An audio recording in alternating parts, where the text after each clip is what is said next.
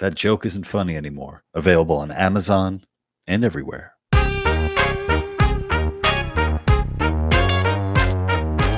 Hey guys, welcome back to the Lou Perez podcast. I'm your host, Lou Perez. And whether you're watching this or you're listening, you'll recognize my next guest. He's my good friend, frequent collaborator, great comedian, Mr. Boris Khaykin, everybody. Oh, yeah. Hello. Thanks for having me, dude. You got it.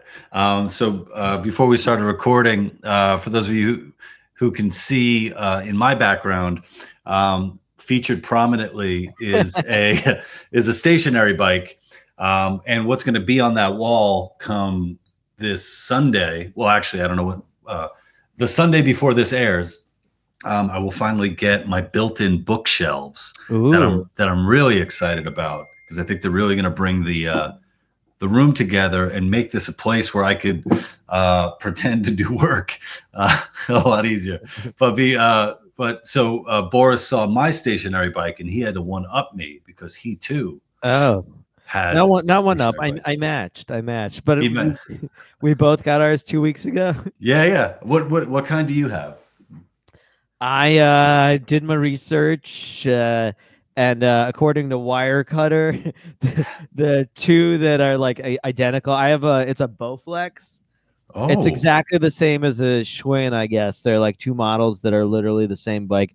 Picked it up off Facebook Marketplace 2 weeks ago. I've used it once, but I will use it more. Yeah, well, I think Bowflexes, those are pretty expensive. This was $200 on Facebook Marketplace. So it's definitely, I got mine a Yosuda, and I did it. I went right to Amazon Prime. They delivered that shit. But I had one before. It was Sunny was the brand, and it got really good reviews on Amazon. So I was like, okay, let me get this, and I broke it in like a couple of weeks of use. And so then it ended up, and it's not like, oh man, Lou, you're a fucking badass bicyclist. I think it just seemed like it was like cheaply made. The belt that turns the wheel popped off a number of times. I'd imagine the brand is just something that like a Korean War vet sells you out of his garage. He's like, take this one, Sonny. So and when you're just selling it to Korean War vets, you don't have to worry about them breaking it. So right. So it was then in the background, just unused for a while, and then like I went to the doctor, got blood work done, and I am genetically more inferior than I thought I was. Cholesterol is not a friend of mine. Are Jewish? Is that what your blood work revealed? I had a little bit of foreskin that had yet to been cut in my heart. So I found out that I'm kind of like genetically predisposed to higher levels of cholesterol and more likely are prone towards like heart disease. So I have to kind of not necessarily like radically change my lifestyle, but I need to make sure that I'm doing more cardio intensive stuff on the regular. And me, like I like doing stuff like I ran up the Empire State Building, and I did it not saying like with ease, but it's like I did in like 17 minutes, and it was a really cool thing. And so I'm like in shape, but it doesn't matter if your genes are just producing the shit that is going to destroy your heart. Yeah. Well, I had so that once I found out like all the lab, so had the blood work done, and then the doctor was like, hey, I'm really thinking about getting you on like a statin, like a like a Lipitor, and which freaked me out, because the only people I knew who were on statins are my parents. Which it makes sense. It's like, oh, well, they're on them. And my dad had a heart attack at 65. And then, my mom is on it more to kind of, control stuff. And I started getting freaked out. And I started like, calling my brothers up and seeing where they were on that. And I have one brother, one of my younger brothers, Boris had met, hung out with sometimes. My big, I won't name his name, but I have 4 of them, so you could probably figure out which one. If anybody wants to do some deep, digging, some detective work into my family, you can find out. But younger brother, bigger guy, former college football player, eats whatever he wants, would eat whatever he wants, can put down drinks, all the time. I don't know how long he's no longer been a smoker, but a smoker for a while. And same fucking cholesterol as me. And here I am, like working your ass off. Working my ass off, weighing my food and shit. And I'm like, man, he did it the right way. It was sort of like finding out like you get AIDS after like a blood transfusion, as opposed to getting it after an orgy. It's like, man, there's people who had way more fun getting it than I did. But you know what? After that blood transfusion, all the orgies you want, okay? Oh, yeah. We got AIDS already. We're going to the AIDS orgy. We don't give a fuck, guys. We don't care. So, yeah, it's the, it's important to be up on this stuff. And you're a younger man than I am, but I'm 43 and, at least trying to head this shit off at the pass. So. Not much younger. It's funny how 3 years difference between us, like when you're younger, I guess maybe that feels like a significant thing. And then I feel like once you hit past 40, those differences just kind of shrink away. Yeah. Well, my oldest friend, Gene Epstein, is like 80. He's like 80 or 82, and he's my boy. Like, I don't even think he's your. I don't want to say he's your Johnny Conroy because they're such different human beings. They are. But my good bud Johnny, who is 61, is he 61? Yeah. I mean, he looks great for 60. Yeah, he does. Yeah. He's got that like the. Is he like Sicilian, like half Sicilian? Like, he is Panamanian, half Panamanian. That's right. Yeah. For those of you guys who don't know, Johnny is kind of a living legend, mythical figure who, so fortunate to have started, doing like sketch comedy and improv at the UCB theater when I did, where Johnny was like a staple there. Not only, getting up and performing, every now and then, but just, there. And he was just kind of a presence and really unique guy and good dude all around. So. Yeah, I forget if I told you I'm working with some people on a Johnny documentary. Yeah, you told me about that. I love it. I wish I had like Johnny stories to tell, but all of my interactions with Johnny are been like either on set, like he's been in a number of videos that we've produced together, or so I never like went on like a Johnny adventure. Yeah, to be able to talk about. But he was. I know he was there at your bachelor party and stuff, and so I can imagine how amazing that must have been. Yeah, he was. He's a character for sure. He also, I think I told you part of the premise was that the man hasn't been to a doctor in 40 years. So that was, but for 61 in pretty good health. He's not trying to find out if he needs statins or not, basically. Yeah. Well, I have a friend of mine who's older as well, probably like around the same age as Johnny, and he lived a life of debauchery, drugs, gay sex, all that, and he's like, yeah, well, my blood work's fantastic. And it's just like, fuck, you can't run away from it. Boris, you can't run away from it. You can't get on your bike and get away from it. You can't ride away from it. That's why it's stationary. Yeah, that's right. You're just there, just fucking dealing with it. Yeah, and with the health stuff, it's for a little while, and I'm probably still dealing with it. There's like a part of me that's like ashamed, like there's like shame, like I'm broken, I'm not good enough, I didn't work hard enough, and all that. And also, to be fair, like I kind of did fuck up and for the past like year plus, I've been eating a lot of saturated fat, like that, which has not helped me at all. So the amount of miles I can put in on a fucking bike compared to the amount of red meat that I've taken, and probably not the best. But I'm kind of getting over that shame and looking at it as more, especially after like talking to my parents and my brothers. It's like look, these are my genetics, and if I, have to go on something, rather than viewing it as like a medication, maybe a more positive way to view it is like as body hacking. It's like, isn't it awesome that kind of we're at the point where science can kind of, step in and say, no, we're actually, your genetics want to go one way, evolution wants to take you one way, and we're going to, put a halt to that as best as we can. Yeah, I mean, it's such a roll of the dice in the end, You can do everything right. And then, I mean, yeah, I got an uncle who's been smoking since 11 years old.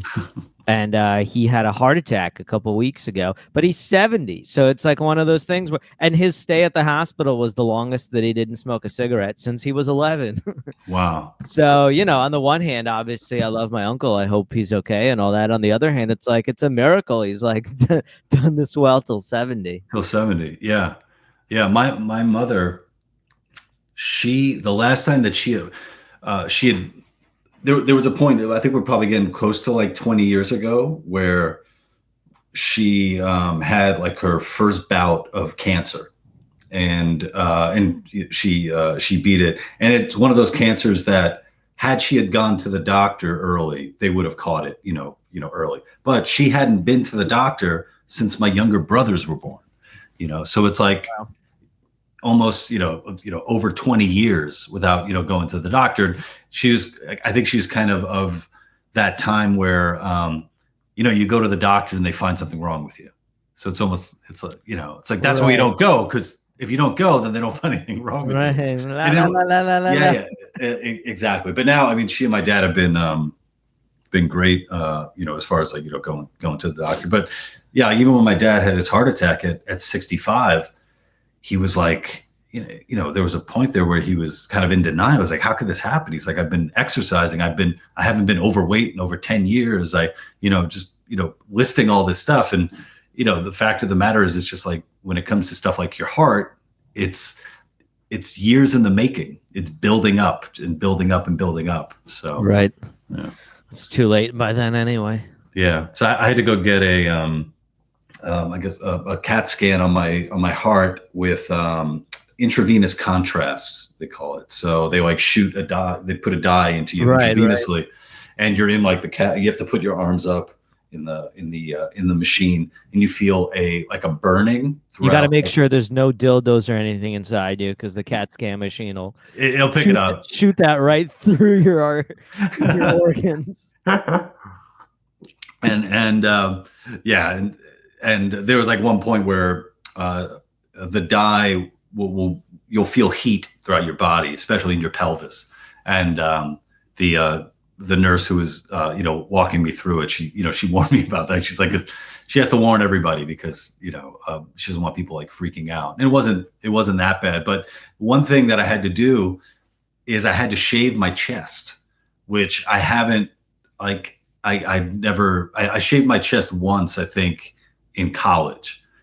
So, after, this like, 20 years of, kind of old man, hairy chest, gray hairs and stuff. And I shaved it and I'm like, oh man, I look like a teenager.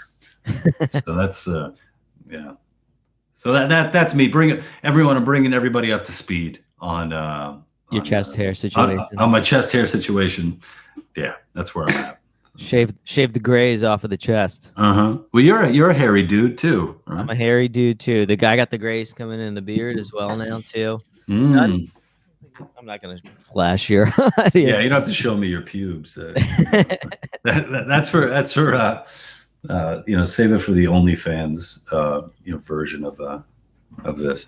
I'm gonna do the Pauly Walnuts grays on the sides, but in the pubes. Nice. Well, Boris, a big thing that I'm excited about for you is that you started producing a new podcast, right? You want to talk about that? I did. Give some plugs. Just brief. I'm not gonna go extensively into it because there's still some like development going on and stuff. But I'm doing a podcast with the New York Sun. I'm directing and producing it for them. It's Ari. Oh God, wasn't ready for this. Ari Hoffman and Rebecca Sugar are the two co-hosts in it. They're both like very eloquent political thinkers. Yeah, so far it's so good. Nice. I'll be back there later this week. Yeah, people can check it out. It's called Sanity on iTunes and YouTube and all those various places. Cool. And I hope they each have a stationary bike. While they record, they have to do it while riding the stationary bike. Yeah, there's not enough people doing that. The Peloton podcast recording. Yeah, that could be that could be a thing. There's a comic that does do a podcast on a bicycle. A good concept on like a tandem bicycle for two with like a guest and stuff. Oh, yeah, I'm blanking on her name right now, but she's funny. Is she in the front or is she in the back when she's doing the? I think she's in the front. Mm. It's what is it? Jesus Christ! Do they have to be right? So they're riding the whole time while having the conversation. Yeah, I think it's Chloe Radcliffe who does that. Okay, interesting. Yeah, it's a fun concept. Yeah. Well, here's something that. So for those of you who don't follow Boris on social media, you definitely should. And as many years as I've known Boris, something I just found out about him is that he used to work at a scam center. I guess This is true. I used to scam people. Boris used to scam people when he was a child. And I found this out because he was on another podcast, and this docu-series came up called Telemarketers that's on HBO. And I watched it at some point last year, and I was like, wow, this is really interesting. I forget if maybe it's like a 4 or 5 part series. And it came up on the podcast you were on, and you're like, oh yeah, I used to work there. So once Boris said that, I was like, oh, I got to have him on to talk about that, because I'm very interested in that. So yeah, how old were you when you started? I was probably, I'm going to say like maybe 17 or something. It was either when I first got my license, because you needed to be able to drive. It was in New Brunswick, New Jersey. And if people don't know, so it's a call center in New Brunswick, New Jersey called Civic Development Group, CDG. And it was you would call and basically say like you're calling on behalf of the Fraternal Order of Police, the Police Benevolent Association. There were all these different police unions basically that I didn't know until watching this document. When I was working there, I just assumed we had like either it was like a complete fraud and we were pretending to say it, or they like are donating a small percentage, but I didn't think that they had any official affiliation with these police unions, which now as an adult knowing a little bit more about how things work, it's like, well, yeah, in order to use their name, they probably do need some sort of legal protection.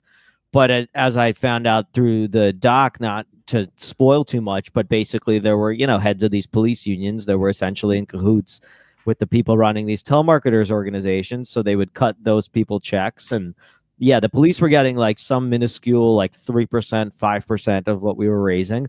And the rest went to paying jerks like me and a bunch of like it was like maybe 5 or 6 of us that were like in high school or about to come out of high school. And then like the rest just like straight ex-cons, like drinking and smoking crack outside. Like it was a full on nasty environment for a 16, 17-year-old to be in. Yeah. I wonder how like the all cops are bastards activists feel about this, because in one way you're kind of fucking over regular people, but cops are only getting like 3% of right. I am defunding them, but like, yeah, I don't know, because you're still technically taking from people who believe that they're donating to the police, and yeah, I mean the cops aren't getting much of anything useful, I don't think. Yeah. But I was getting at least double the minimum wage. I remember it was like, and there were bonuses, they had a scoreboard at the top, and like if you wanted to be ambitious, you could make some decent money there. And if you didn't want to be ambitious, it was still like twice the minimum wage, and you could kind of just like especially if you get somebody who's really mad, because you get people on the phone all the time. This is before, everybody had a cell phone. So you're calling people at home. And it was usually like I would go after school, like Wednesdays, Thursdays, something like that. And so it was like, you're interrupting like a 70-year-old man's dinner time, having him get up from his family and go to his phone, because we didn't have the environment today where it's just like probably spam and you can ignore it if it's a number that doesn't pop up. So it was just really, you were ruining people's days. They'd be flipping out. And the funny thing is, if they weren't hanging up, if they actually needed to like get their emotions out on you, and you weren't trying to like, really make sales, you were sort of incentivized to just fuck with them, because you were on a machine. There were like headphones and a computer that tells you what to say depending on the options and stuff like that. But you could go off script. But point being that if you just keep them on the phone, whether they're mad at you or not, it doesn't have to start a new conversation with the next person. And you don't know how that's going to be. I'd rather spend 20 minutes on the phone messing with somebody than have to go through like 10 phone calls in that time period and have to keep restarting the conversation and have to keep going again and blah, blah, blah. So, if a guy's trying to keep me on the phone and just like explain to me what a jerk off I am, I'm going to listen, and I'm going to kind of agree or start saying weird shit and just try to keep him on the phone. Because sometimes the supervisors will be listening to everybody. And you can see they're in like a clear room. They'd be looking at their computers and looking at and listening to the earphones. So if there was nobody in there, we knew we could just like fuck with people if we weren't trying to be ambitious and actually get sales. So were you paid based on sales, or like it was both? You were paid an hourly rate that was already sizable for, again, this was like as soon as somebody got their license, we arranged to like carpool and drive there, because it was worth doing so, because it paid, I think it was like at least 14, 15, maybe 16 an hour. And, oh, wow. Yeah. And then on top of that, there were bonuses based on how much money you were raising. There was like a leadership board and stuff like that. And so there were times where I got on that board because, again, if you're the type of person that can be a little sociopath and kind of disconnect from how much you're upsetting people the majority of your day, you can do pretty well. Yeah. How'd you hear about it? How'd you first learn about this gig? It was just a friend of mine that I went to high school with that I did it with him. And so I think he probably got his license. I think I was probably like 15, 16 because he got his license a year before me. And I think he would drive us over there. Hmm. Wow. And how long did you do it for? I was probably there for like 3 or 4 months, something like that. Yeah. Yeah, because when like watching the doc, it seems like there were guys there for years. That he that the guy talked to, the filmmaker. Did you know the filmmaker? Did you? No, I don't remember that guy, but I recognized some other people from there. I definitely recognized that one like really big fat guy that was shown in it because he like sat not far from me. And there were a couple people this is a long time ago and I don't have the greatest memory, but like, yeah, there were a couple people I definitely like spotted in the shots. I was happy to see, I had a boss, I'm blanking on his name, but he was in the thing and he was a really nice dude. He was like this like really giant black dude that like was a Trekkie geek and would constantly like nerd out to me about Star Trek stuff. And I like didn't know anything. I still don't really know much about Star Trek, but he would use like Star Trek analogies when trying to manage people and stuff. So he was like too normal and vanilla, I feel like, for them to even focus on the doc. He was like probably the most like normal, upstanding individual in that place. Were there specialists? Like did that guy call up Trekkies and try to get them? Did everybody have like skills in place that they use to their advantage? I think for the most part, people there were very much lacking in skills, and this was a big opportunity for them to make more than minimum wage with no skills, for sure. And also, like, you had no control over who you were calling. It was literally dialing automatically. Like, as soon as someone hung up, the machine would automatically dial the next number on their database of people to call. Did you, because you're fluent in Russian as well, did you ever call up people in Russian?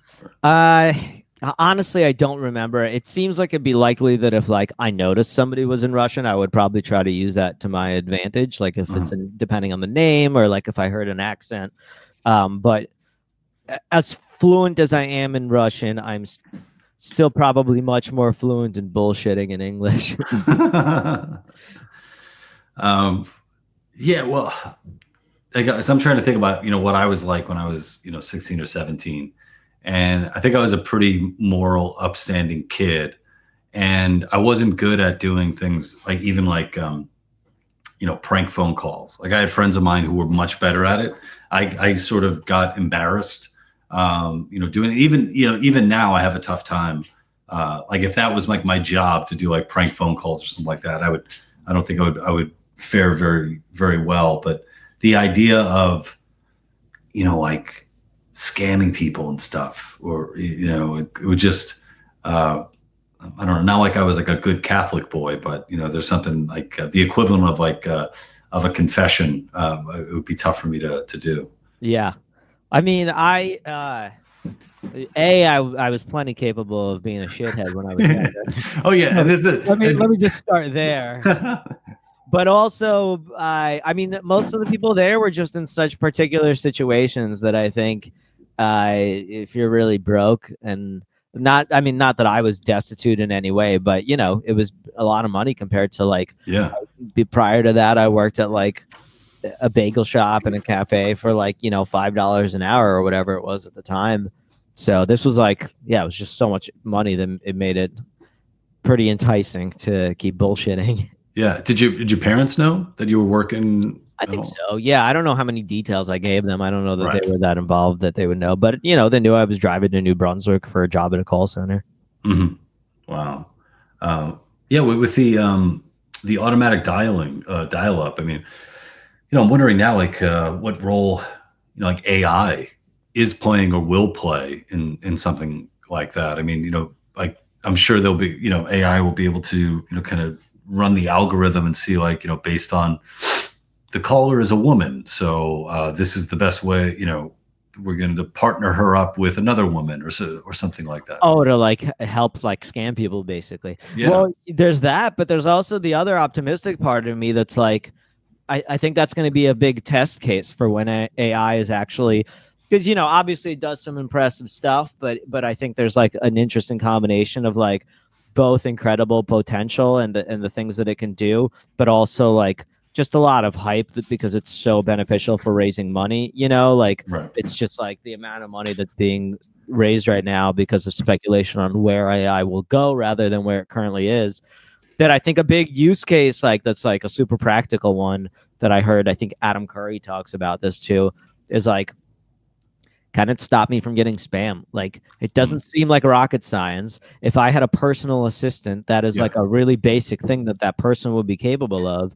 And so like, can AI do this job of if I get a text, figure out whether it's bullshit or not and don't show it to me, and pick up the phone, be my assistant and or field it. I mean, it should be able to figure it out without picking up the phone, right? Just based on the call and based on public history or records of other people getting that phone. If everybody's got the same AI, if I got a spam call from this number, it can notify, so I wonder the AI offense versus defense when it comes to scamming people. Yeah. See which one is stronger.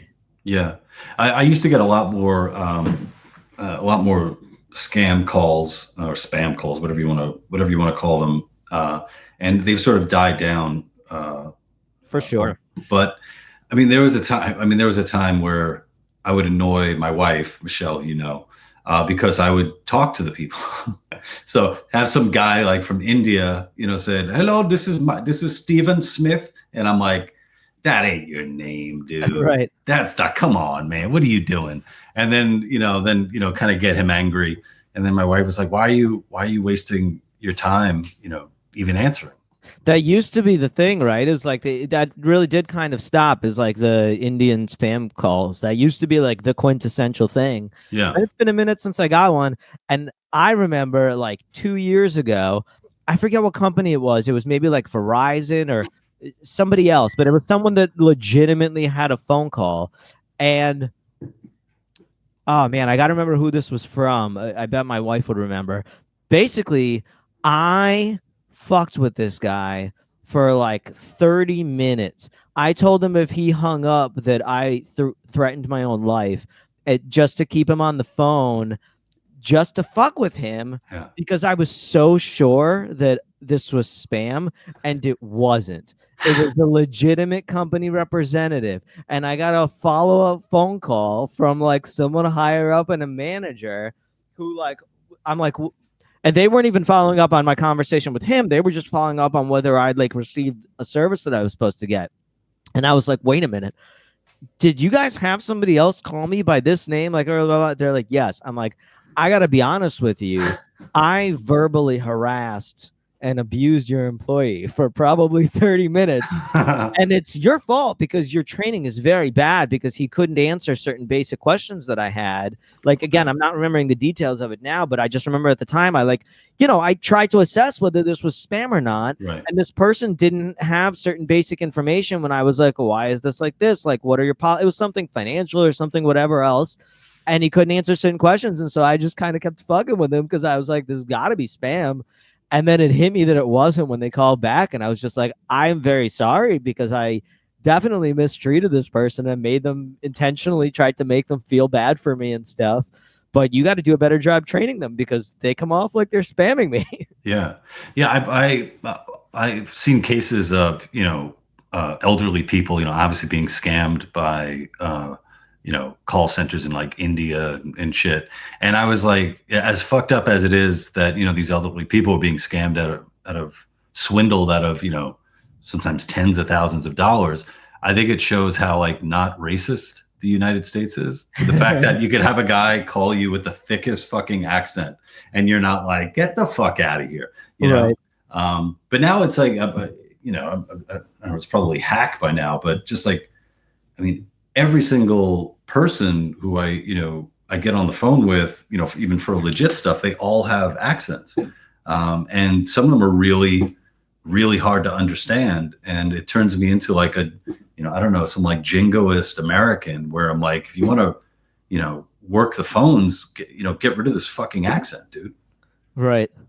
Yeah, I mean, it's a requirement of the job for me to understand you. That is frustrating, because you both need to understand them. And also it's like, I don't have time to feel guilty right now, but the fact that I can't understand you. Yeah. You're trying to tell me some shit. Yeah. Or I'm the stupid one or something like, It was kind of funny, like how there was a conference recently where like Trump had someone translate English, because the guy, it was like English into English, because the guy had like a thick Indian accent. I think it was like an Indian journalist. Yeah, it's pretty wild. You weren't doing, when you were working there, you weren't doing improv at the time, right? No, I was years from doing comedy. I think in any legitimate way. Yeah. Oh, you know what? Actually, no, I think I'm wrong, because in high school I was on a short form improv team. So I was doing short form, not long form, but yeah. You're like, can I get a suggestion? And then whatever it is, then you just go for it. Just riff off of it until I can get them to donate some money to the police. Yeah. And when I watched it, spoiler alert, with the as regards to the documentary, it seems like these things are still going on, right? Like they're still. It's crazy. Yeah. Somehow, I mean, I maybe not since the documentary, but yeah, it seems like part of it was they were trying to like figure out a way to like nip it in the butt and talk about the legal aspects. But yeah, I mean, these places will be not based in the U.S., or they'll transfer the calls, or they, again, they have all these corrupt relationships with the actual people involved in the police unions. Yeah. And as anybody on all sides of the political spectrum knows, is very hard to take on the police unions. Yeah. And occasionally I'll get stuff in the mail for like, police benevolent, the PBA, like Police Benevolent Association. And after seeing that doc, I'm like, oh, is this legit? Like, is that who even knows? And even if it's legit, is it legit? Right. Yeah, I do it the old-fashioned way. I only give police money when I get pulled over. I do it directly, just fold up a 20, just put it right in his pocket. Yeah, that'll work. Yeah.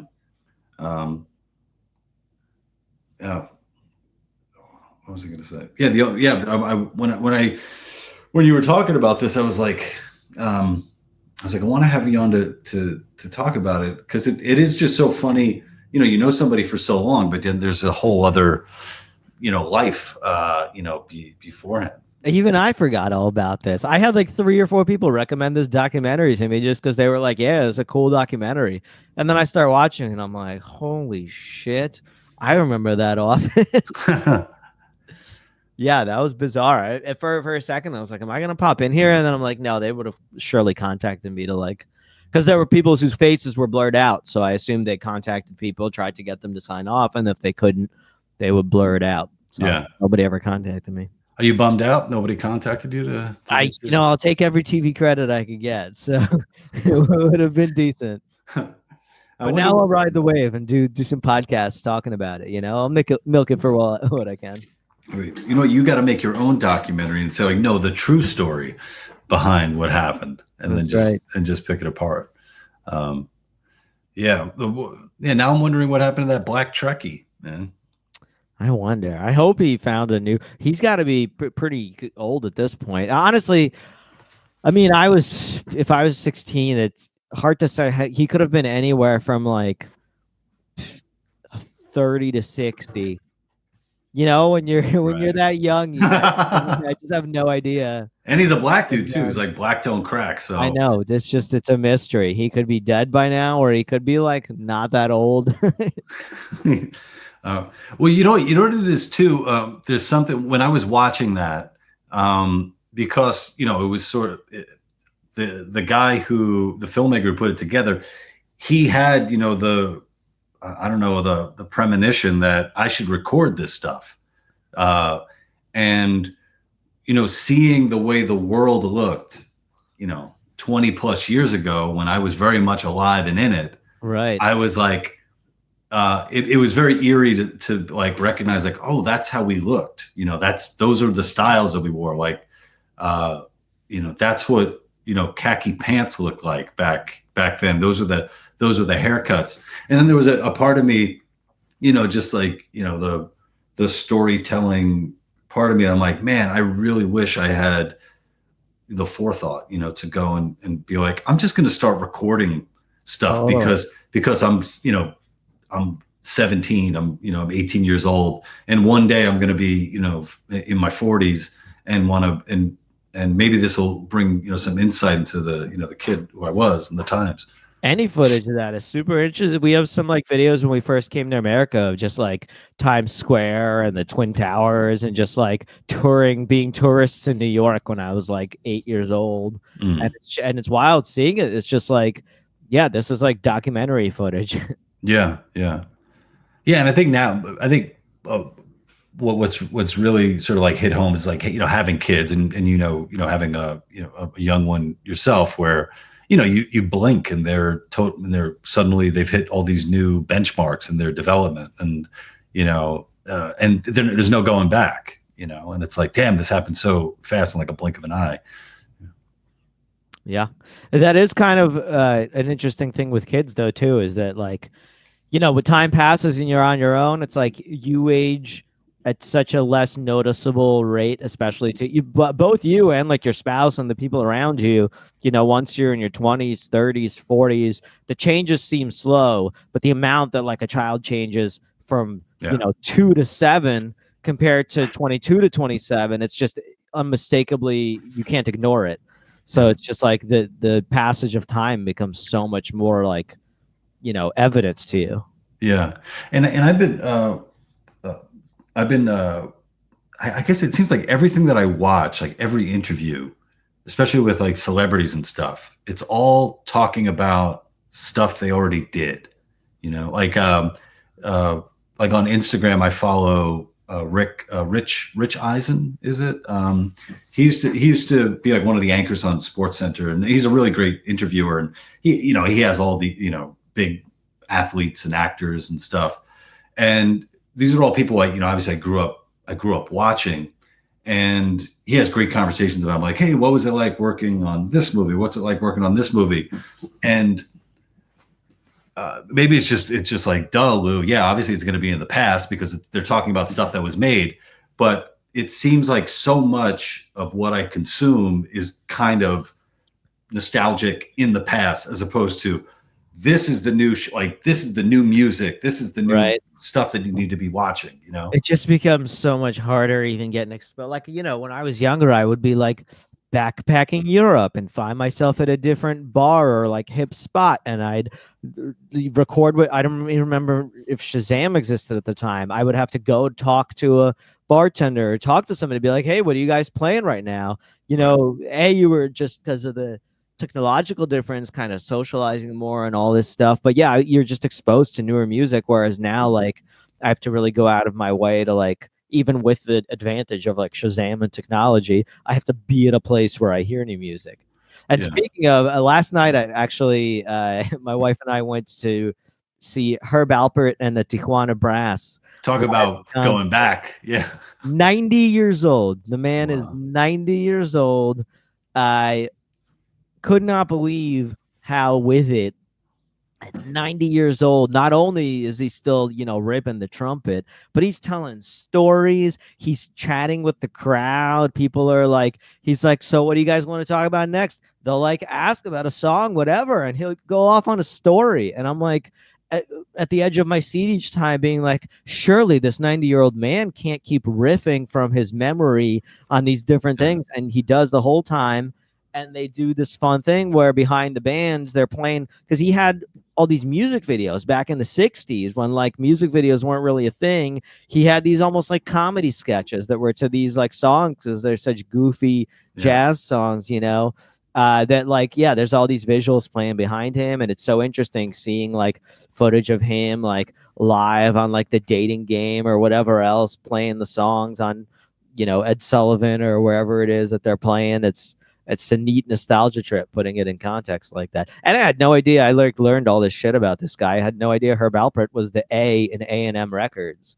He's the one that signed Sergio Mendes and discovered him and all these other artists. Had no idea there was even. Who's Sergio Mendes? Sergio Mendes is like Brazil bossa nova artist. He did like Brazil 66 was like the big album that he came out with them. But I mean, he's worked with like Burt Bacharach on all these different hits and was like a very closely work relationship with Burt Bacharach, but started his own record label, and it's A&M was like a massive record label. So he like signed and produced all these people, and impressive dude. And I had no idea, but his parents were immigrants from Ukraine and Romania. Look at that. I a little bit of cultural appropriation back in the day. Who knew that Herb Alpert and the Tijuana Brass originated in Europe? So many angry Mexicans right now. Look at them. Where'd you see them? Where'd you see them live? At Jazz at Lincoln Center. Jazz at Lincoln Center. Wow. Oh, that's so cool. Yeah, and you like probably the youngest ones in the audience who weren't there with their parents. Well, you saw Tom Jones too not too long ago, and he's getting up there. Tom Jones twice now. Love Tom Jones. Also very old, still sings great, and he rocks it. And I saw him probably 14, 15 years ago, and then I saw him like half a year ago. You scammed Tom Jones back in high school. you gave $100 to the Newark Police Benevolent Association. Yeah, I've seen him. First time I saw him, the first time I heard him was on the phone when I was scamming him for money. And I assure you, Mr. Tom Jones, it is not unusual to give this much. That's great. It makes me so happy to hear that these people are still around. They're still still performing and doing it at a level that you're like, oh my God, this is legit. Yeah, it's got to keep them young. There's something about it, especially because like I was reading about Herb Alpert more because I always loved his records, but I just didn't know all these facts about the fact that he's basically as much of an entrepreneur business guy as he is a musician, just because he developed all these different things in the music industry. And it was kind of fascinating reading about this and reading about the fact that, like, wait a minute, this guy like sold his record label for $200 million. He doesn't need to be touring. This isn't like, there's other musicians who will have these like tours where it's like, oh yeah, their spending didn't keep up with their expenses and or with their income, and like, no, this is a guy who's like got God knows how much money. He's got residuals from all these different like records that he owns, and he's 90 years old and he's doing it because it's clearly keeping him alive. Yeah, yeah. Did they do? Is it he only did Tequila? Is that his? No, Tequila was that was like a band. That was like a Ventures or like Tequila. The Champs, but it's like very like adjacent maybe. Also Tequila I think is saxophone rather than trumpet, but he did like the dating game that that was him, and like you would know like they're all so catchy, and they all work so well as like songs and commercial. Like again, a lot of these videos they played, they were like songs and commercials, songs that were themes to various things. He played the trumpet in one of the James Bond themes. Burt Bacharach did the soundtrack, and he played the trumpet. And his wife, who was the singer for Sergio Mendes' Brazil '66, sang the vocals on that James Bond movie. Wow. And she actually sang as well last night. He like brought her up for a couple songs. I'm trying to remember what her name was, and I can't remember. After I'm done, we're done, I'm gonna go down a Herb Albert rabbit hole for sure. It's great.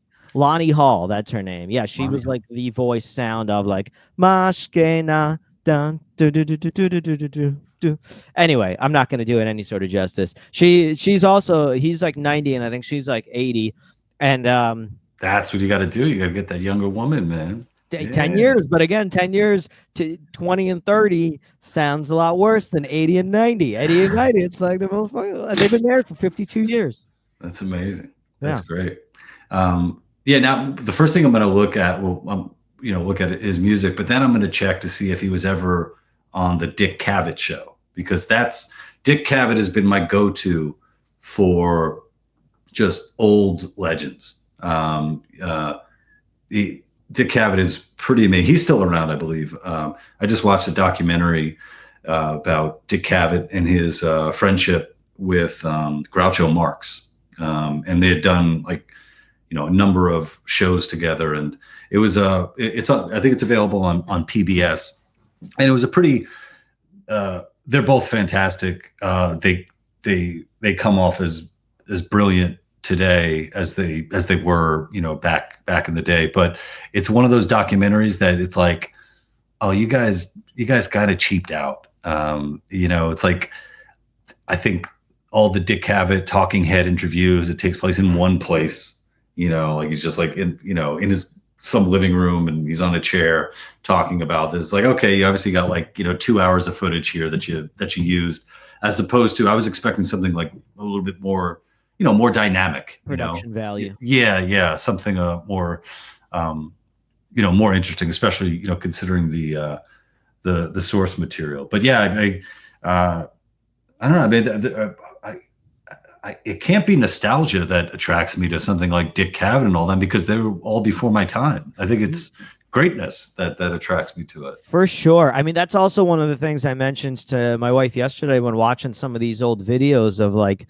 Herb Alpert doing these like numbers live, is that they didn't have the advantage of all these technologies, and they had to be so creative visually with some of these things that they were doing, things as simple as just like puppets that were held up by people, like stagehands dressed in black that are carrying these giant puppets, but it's like clearly so rehearsed and visually planned for how it comes off. And it's like, yeah, this shit would just be some CGI shit made in like a Chinese shop today that just like is cheaper, quicker, and you don't need the skill set that all these people have that they developed in order to do this stuff. Yeah, I'm happy like this. Our combo has gone to just talking about great stuff that makes us happy. And when you bring up the sound and all that, if anybody wants to check out, there's an old TV show. the old gray whistle test where they would have bands come on and perform live. And, these are bands from like, I think the 70s, 80s and stuff. And they sound amazing. They sound incredible. Like Billy Joel on the old gray whistle test sounds incredible. And, I'm not like a music guy, but I'm like, it's amazing how you could sound so fantastic at that time. And now things sound fantastic, but it's so clean that it almost feels artificial, Right. Well, the stuff they're recording is like, they produce it. They add all these different like compression elements and stuff so that people can play it on the radio or play it in their headphones and play it in their car, and it sounds consistent. And so you're not really like producing it for the same kind of purpose as they were back then. Yeah. And talking about things that are great. So having, the two little guys, I've been watching old Muppets movies. So like the Muppets Treasure Island is amazing. And the Muppets Christmas Carol. That one I've seen. That one's great. Are amazing. And it's so good. They're so good. They're so funny. And they're working with some of the greatest human actors. They're like Michael Caine plays Scrooge in A Christmas Carol, and Tim Curry plays the one-legged pirate in That's great. In Treasure Island. And they're so well written, so funny. They're using practical effects. And if you watch like A Christmas Carol, it's incredibly moving emotionally. Like Michael Caine, when he has, when Scrooge has his, come to his realization about, how he's been living his life, like, so wrongly, he has like tears in his eyes, and it's like he's surrounded by fucking Muppets, and it's really great. I feel like it's so easy. You could spend the rest of your life just consuming great stuff from the past, and you'd be all right. Yeah, we can all stop making shit. We don't need to, which is terrible for me and Boris, because we gotta have to keep making shit. So. Yep. Yeah. Oh, well, thanks, Boris. So thank you. Yeah, I think we're gonna cut this one. It's not even short, but I appreciate the conversation, and I want to end this so I can just go check out Herb Albert. And all. So, Boris, any plugs you got? When does this come out? I think it's going to come out April 10th. So, all right. Well, if you happen to be in Queens, April 12th, I'll be at QED Astoria at 9:30 for QED Presents. If you happen to be in Pennsylvania, April 19th, Pocono's Underground Comedy. And otherwise, you can just check out my social at the Boris K for any shows, content, and all that good stuff. Cool. Yeah, and I want to say I'm really happy that QED is still around. It's a really great venue in Queens, and Boris's show in the Poconos is great. Not only is it like I performed one night, awesome crowd. Food is great at the place. Great spot. Awesome. Newberry's Yard of Ale. Check it out. Yeah. All right. Bye-bye. Talk to you soon.